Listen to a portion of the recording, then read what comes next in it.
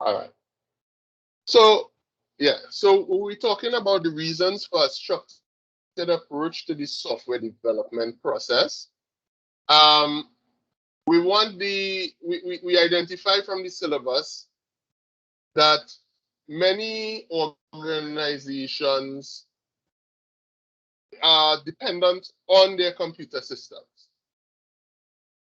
Yes, there are some organizations that without a computer system, they might not be able to function, right? And um, I'm not even talking about organizations which their business is computing or computer based, right? Nothing like social media or something. So I'm talking about even organizations, regular organizations that are now so reliant on their computer systems that even the tasks that they do otherwise are now nearly impossible. And because the computer system is so important to their operations, let's say, for instance, let's say travel and booking, right? So the airline industry, they need computer systems now. Yes, prior to computers, people used to book flights and travel from country to country.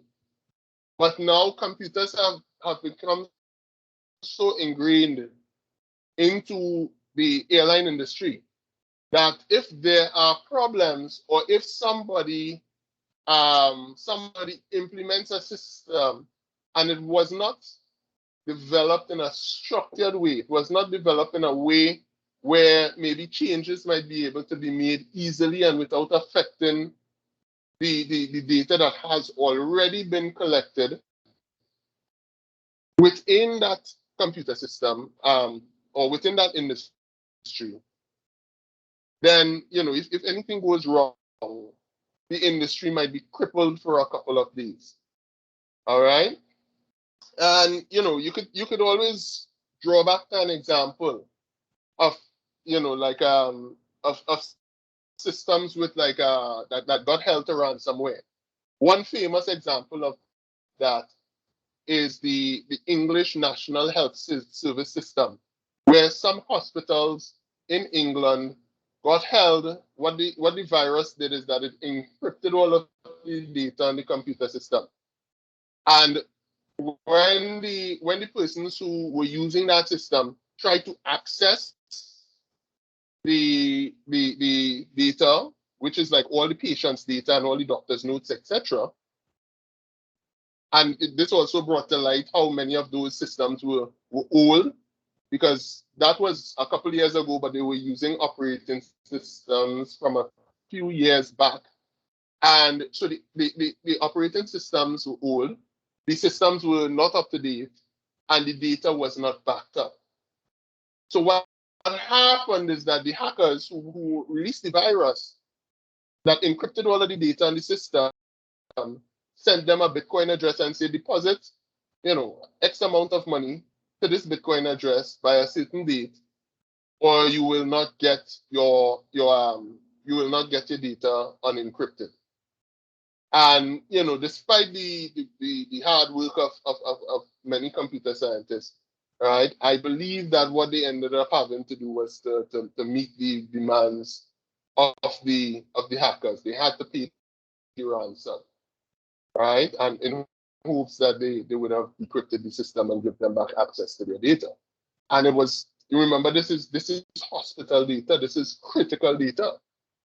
And the thing is, part of part of even thinking of a structured approach to your system is even data protection, okay, and considering backups and considering dealing with attacks, etc. So this is why there's a need for a structured approach. People cannot afford for their systems to fail. Okay, so we had um, as well crisis in previous development. things like increasing cost of software development or inconsistent cost of software development.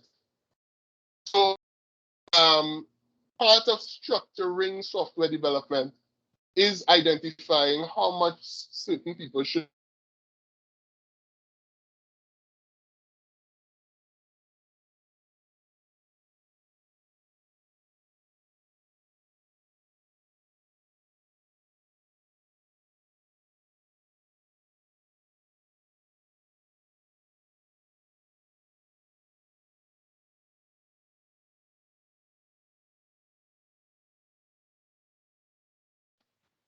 All right. Do you hear?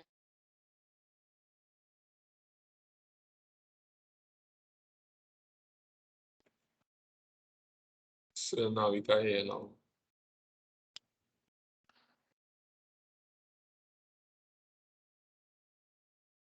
All right. Do you hear me? Am I back on? What was the last thing you heard?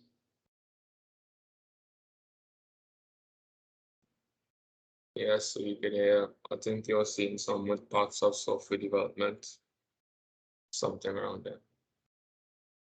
And what as how it's important and after the hacker, hack the people.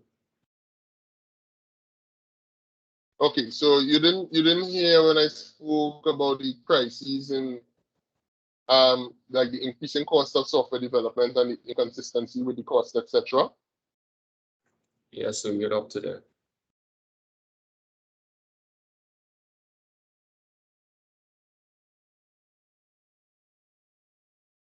Wow. I didn't hear everything that Joshua said just now. Can somebody else tell me what is the last thing that you heard?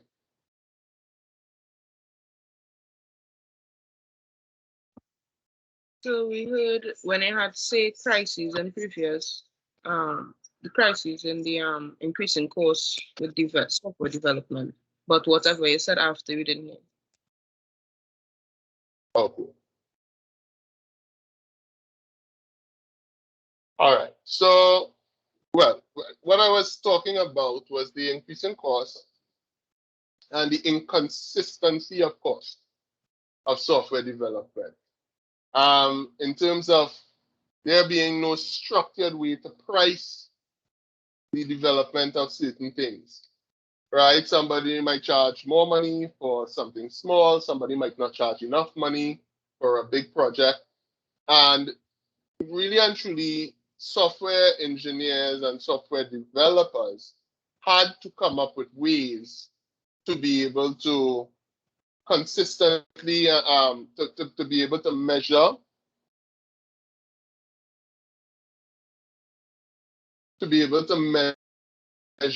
the software development and to be able to consistently price or to be able to not to find to strike that balance between the consumer and the developer in terms of price, right? We have, of course, the satisfaction of users and management with the quality and suitability of the software.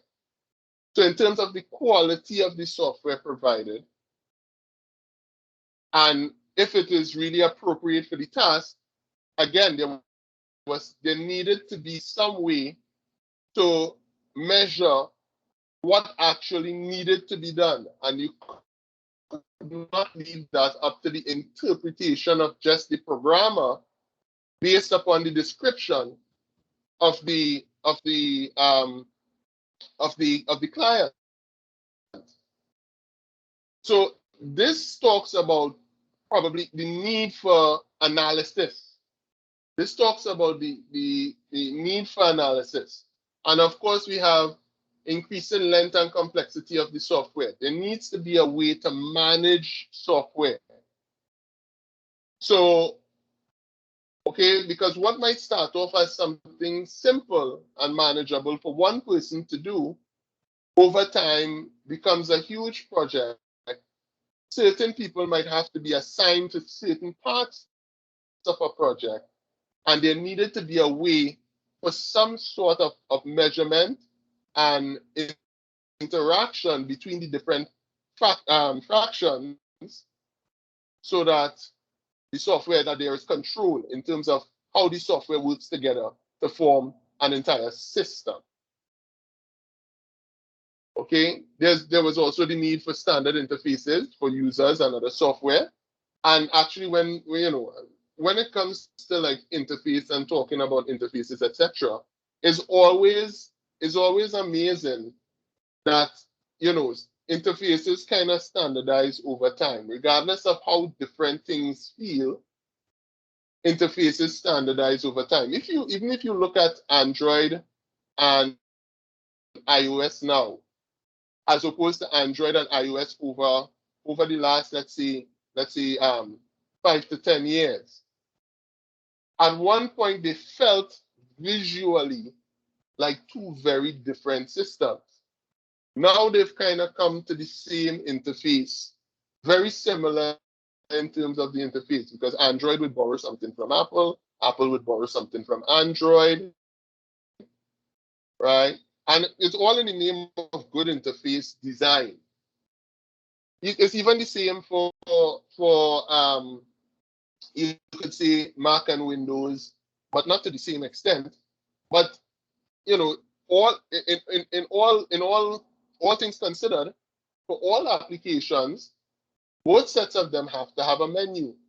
Both sets of them had the taskbar. At one point, Mac didn't really have that taskbar to the bottom, right? Early versions of Windows didn't have that. Windows adopted that early, but then Mac saw a need for users to be able to quickly switch things on the bottom. In terms of design and look and feel, right? Windows was behind when Mac decided to focus on aesthetics of the system, and then Windows kind of caught up and stole some design elements from there. And in both cases, a lot of stuff was stolen from like Linux interfaces like GNOME and KDE, etc. And later on in module 3, we will also get a little look at interfaces for operating systems. Everybody hearing me? You could just raise your hand like this if you're hearing me still. Just remember I'm you guys. So just so that you're still with me. Okay, so Sita, Chin, Alicia's with me. Good. Right, Natalia's here with me. All right. Okay, good. Thank you. All right, don't forget to lower your hand.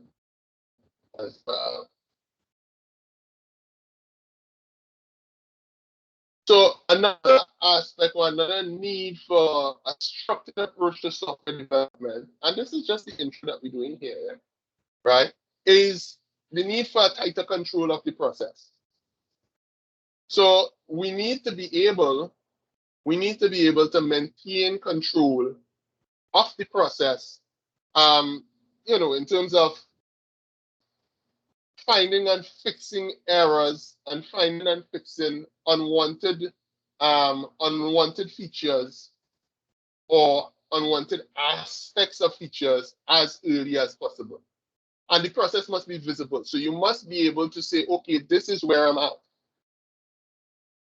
I'm sure everybody inside of here has had an instance where they have, where they've kind of put the trust in somebody to develop or build something, and after a while it just kind of came to be I'm not quite sure as to what this person is doing, right? You need to be able to see. You don't want to hover over that person, but you want to be able to see milestones. You want to be able to see that, yes, it's coming along in the way that you want it to come along. And if it is that something during as early as possible is not to the way that you like it, or not even the way that it's implemented is not the way that you intended, or even if it was what you intended, but then you realize it does not quite work, you want to be able to fix that as early as possible. So that's what we talk about with visibility and also risk management. Okay. And then we, of course, we see that there's a need for involvement of end users and management. Again, that goes back to the previous point. It's not that the whoever is developing the system hears, okay, I need a system for student management. And they bring a system, and that system is appropriate for, let's say, schools in Indonesia. And maybe with a few tweaks, it could be good for schools in Trinidad and Tobago. But there was no user involvement. There was no managerial oversight of the project. And so this system was just implemented. And what will happen with the system? Nobody's going to use it because it's not appropriate. We can't change the educational system to suit the software. The software has to bend to be able to accommodate the educational system. Are you with me? Yes, sir. All right. So just give me 2 seconds, right? You could take a 2-minute water break at this point. 2 minutes there. Take a 2-minute water break, and then we'll come back and we're going to look at some notes, the same ones that I uploaded this morning, right? So if you want to follow along on your side, I'll put it up on the screen though. And we're going to talk about the structured approach or the need for some measure of control in the software development process. So 2 minutes, drink some water, and then we'll be back.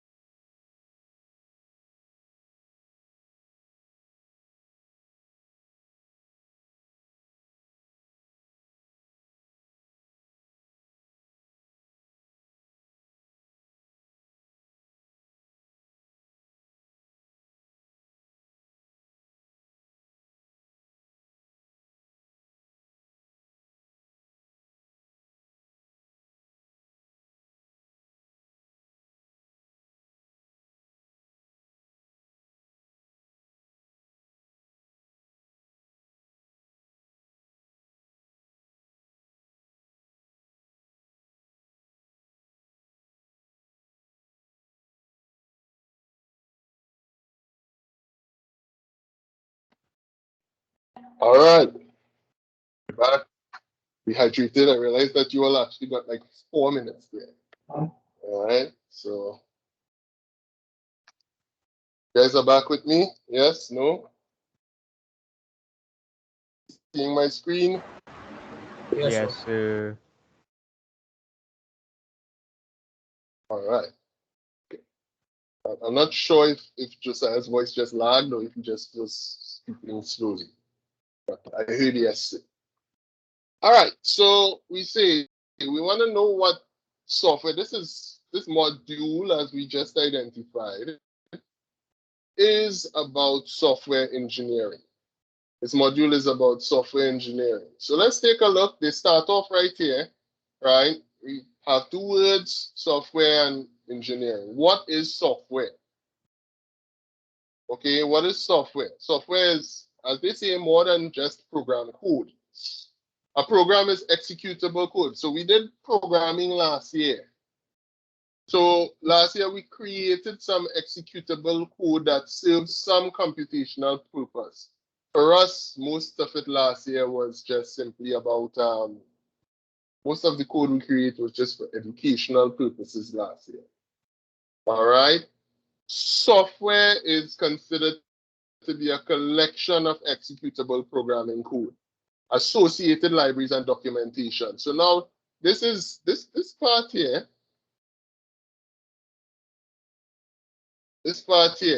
right,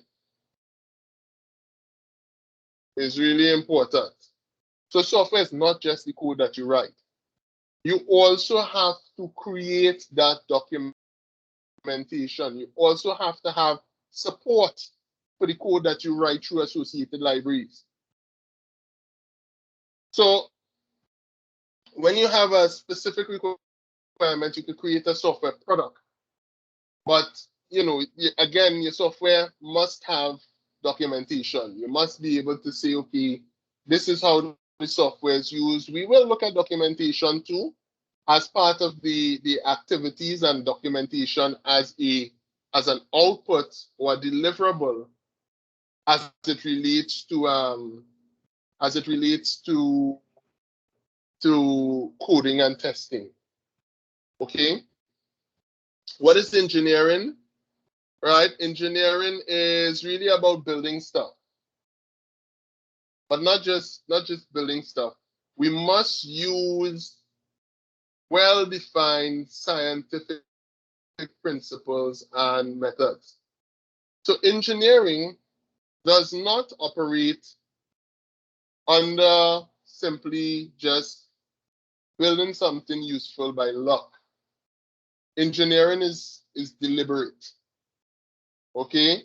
So when we put the term together, we have an engineering branch associated with the development of some software product, right? And this here is the goal,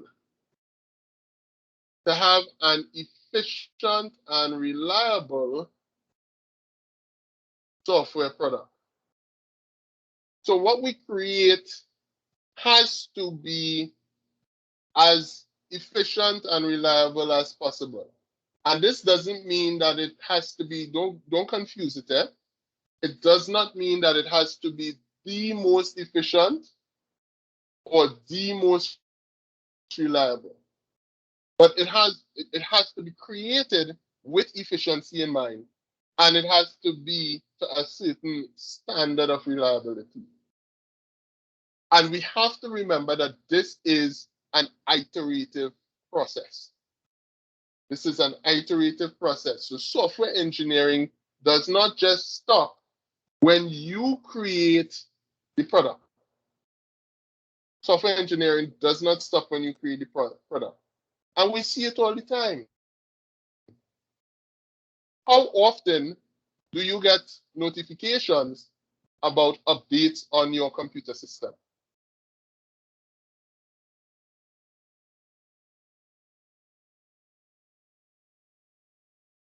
That is a question to Kinda often, sir. Kinda often. Well, yeah, kind of often. right? Windows, at one point, people were complaining too much that for Windows 10, it seemed like every day, every week, you have some software update nagging you. Okay? And I mean, if you move across to the Linux side, it's the same thing, right? Mac, Mac and iOS, they get frequent updates. Android get frequent updates.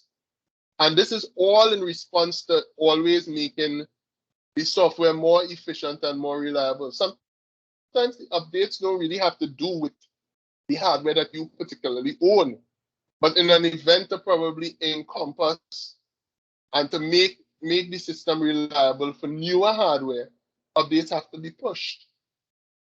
Okay, people always finding exploits to computer systems. So in order to make the system more reliable, again, updates has to be put out there, right? So we have the IEEE definition, and I don't know, right, if you all know who IEEE is. Anybody knows IEEE?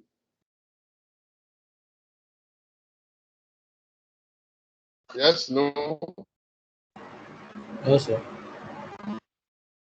So I think ID No. code All right. for So IEEE, something. I think that's International Electronic it's something for yes, engineering. I can't remember the 2D. yes.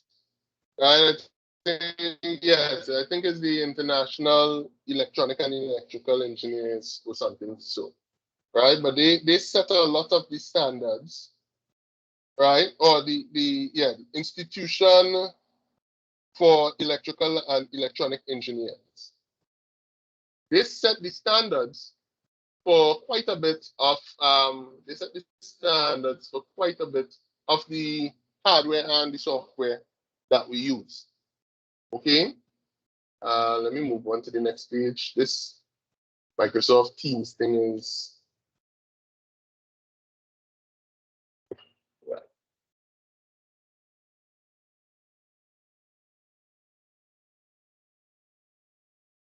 okay.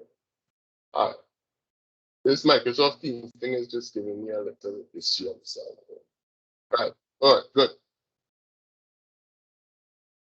So the software engineering to the IEEE is the application of a systemic, disciplined, quantifiable approach to the development, operation, and maintenance of software. What have we said so far? This is important here: development, operation, and maintenance of software. This is just what we said. This is about ensuring that your software is maintainable, that after you create it, you're able to update it, right? Software engineering is the establishment and use of sound engineering principles in order to obtain economically software that is reliable and work efficiently on the real machine. So we see a constant theme here in terms of understanding software engineering. And the theme that we are seeing repeating is that of the word reliable and efficiency. So reliability and efficiency are our goals as software engineers, or once we're doing software development. Okay? And we want to look at the evolution of software now. Software evolution is developing a software product using software engineering principles. And it's something that we will see over and over, right? This is not something that you really have to know, but we're going to talk about it. All right. So we have the initial development of the software, and of course, maintenance and updating of the software as well, right? We have the maintenance and the updating of the software as well. So we have some phases, and we're going to get very, very, very familiar with these phases. these phases. And one of the phases that the starting phase that we have is the requirement gathering process. And this boils back to what we were talking about when we were introducing earlier, in terms of being able to develop software. You have to be able to, and understanding, for one of those things that had to do with the this is bad because I forgot the need for a structured approach is the requirement gathering. If it is that you are taking a structured approach to developing something, you must first have your requirements. So you must do and know as much about the system that you are building before you even write a line of code. Before you even write a line of a pseudocode algorithm, you need to focus on doing this requirement gathering. All right. In this instance where we're talking about, of course, they go into creating prototypes, and then you have users giving feedback as early as possible, and the users would suggest changes. And if you are taking an iterative approach to even developing the software, before you have your final product, you have this cycle where you show what you've done, you get feedback, you make changes on the feedback, you show the changes, you get feedback, you make the changes, etc. All right, and we agree that even after the software is in hand, the technology, hardware changes, changes in software can force the product to have to adapt. So, recreating software from scratch and to go one-on-one with the requirement is not feasible. Okay, so we have to be able to update our existing software.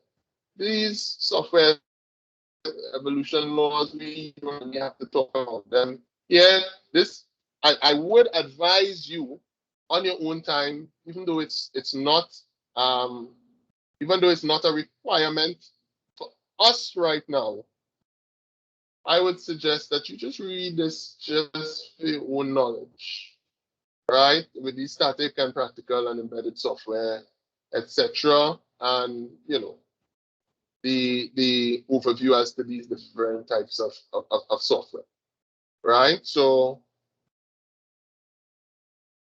let's talk about the need for software engineering.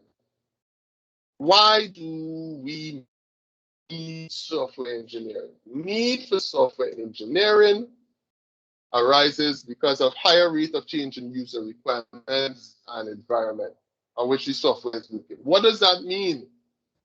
It means that when you create some software, right, and this is why we differentiated between software and just a program. A program will always work.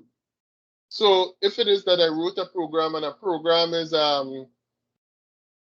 like what we did last year, what one of you all did for SB, that's more of a program than software. Okay, we did it, it does what it does, it will probably always do what it does. But when we think about software in context, software has to evolve.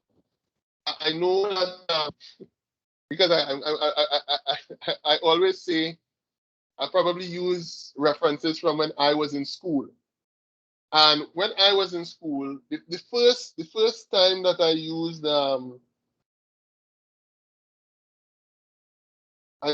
Microsoft Word was probably around, I didn't use Microsoft Word until around, I would say at least 1999 or the year 2000.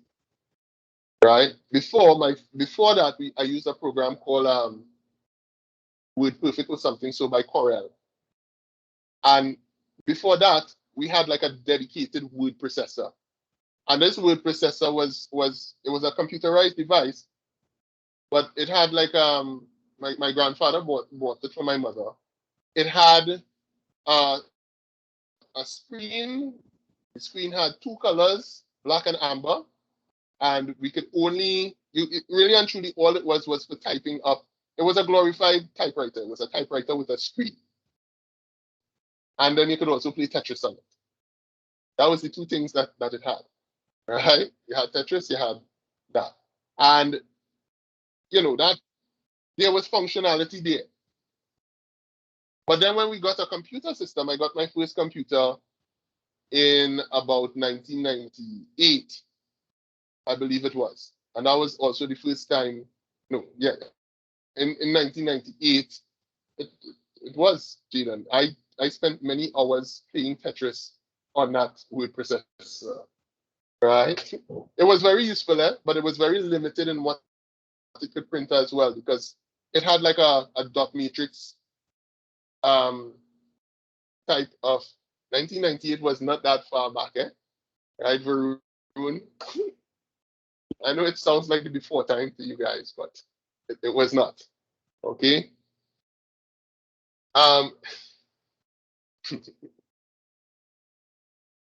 my Windows system and the jump from going to that word processor, which could have only typed out preset, and you couldn't have images or anything like that on the word processor, and the jump to going on a computer system with an inkjet printer, and we were able now to print images, and that was a leap in not just the hardware, but it was a leap in the software, because now we had a full computer screen with colors. We could have put in images into Word documents. A lot of the features that we use now in Word would have been very, very green back then, right? Because we might have used that might have been like Microsoft Word 98 or something. So, and it's there would have been some features that you might assume that they were there now, but if you use them back then, you'd be like, wow, how can I use this software back then? But it was what we needed and it was what we had. And if you look coming forward, even in terms of the operating systems, even in terms of the applications that you use, and maybe an appropriate example for you guys might be if I were to give you an Android phone from about 7 years ago or 8 years ago, right? 7 or 8 years ago, it would frustrate you to high heaven. I am sure of it. Because some things that you just do so very easily, I look back on it with rose tinted glasses, but it is just not acceptable now. Anybody in here ever use a BlackBerry phone? You could just raise your hand up. Right? So yeah, and thinking back, BBM was amazing. But and that keyboard and that small screen. You had a BlackBerry flip phone? A T-Mobile flip phone.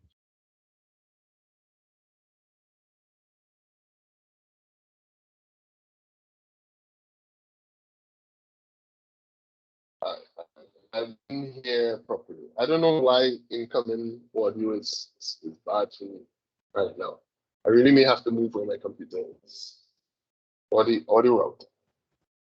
All right. Yeah, but even going back and using a phone from a couple years ago would make you realize how really and truly how quickly these things change, how natural these changes feel, and how much more advanced that the software that we have now is than what was there before. Now, okay, I'm going to go into these needs of software engineering, but I want to give us a little about 15 minutes for break, right? So about 15 minutes here. We can come back just before 10:15, and we're gonna continue on with this, right? We don't have too much more to do. I'm gonna pause the recording. When we come back, we're gonna start back the recording on this need for software engineering. Everybody's fine with that? Yes, sir. All right. Okay. So 15 minutes.